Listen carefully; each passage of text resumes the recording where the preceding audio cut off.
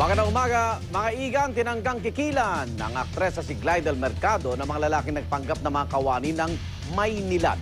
Ang modus nila, sasabing tampered ang metro ng tubig mo at hihingi ng bayad para ito'y maayos.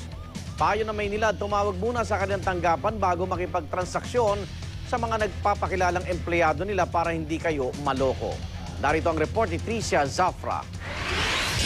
Ito ang di umano'y aktwal na kaliwaan ng 21,000 piso sa pagitan ng aktres na si Glidel Mercado at isang lalaking specialist daw sa Maynilad.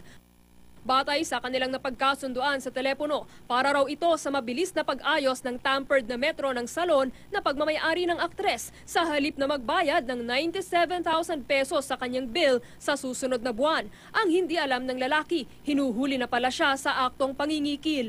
Nagtungo raw ang lalaki kasama ang 3 iba pa sa salon ng aktres noong Biyernes ng umaga at sinita ang kanilang metro. Umalis din daw ang mga ito nang walang mapala pero nag-iwan ng cellphone number. Pagdating ng aktres sa salon mula sa kanyang taping, naghinala siyang nangingikil lamang ang mga lalaki dahil alam niyang hindi tampered ang kanyang metro. Kaya tinawagan niya ang mga ito at pinabalik sa salon. Kunyaring nakiayon ako sa kanya para kasi yung that time may mga barangay kagawad na akong tinawag na nag-post as my customer para ma-entrap na sila. Ibibigay ko din sa kanya yung pang ika-21,000. Nagulat na lang ako nung bigla niyang hinagi sa sahig kasi naka-front ako sa wall. Siya nakakita ng entrance.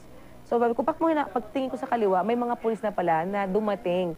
Nahaharap sa kasong robbery extortion si Leonardo Alonso Jr. na nakapiit ngayon sa Manila Police Station 3. Nakuha sa kanya ang isang peking ID na gamit ang alias na John Alfred Ortiz, Yabe, metro ng tubig, driver's license at lumang ID ng Maynilad.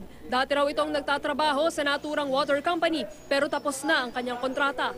Hinahanap naman ang isa pa niyang kasama na si Wilvory Galvez na nagpanggap daw bilang Edwin Vargas kay Glidel. Kinumpirma ng Maynilad na serviceman nila si Galvez pero isang buwan nang hindi nagre-report sa trabaho. 2 pang lalaki ang inaalam ang pagkakakilanlan. Mensahe niya sa mga suspect. Alam ko hindi lang ako niloko niyo, marami kayong nilokong ibang tao na hindi lang alam na talagang fake pala kayo na empleyado ng Maynilad.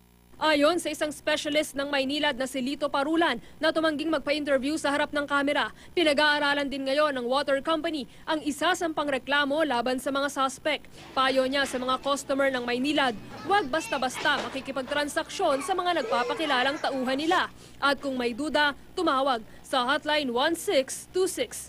Para sa unang balita, Tricia Zafra, reporting.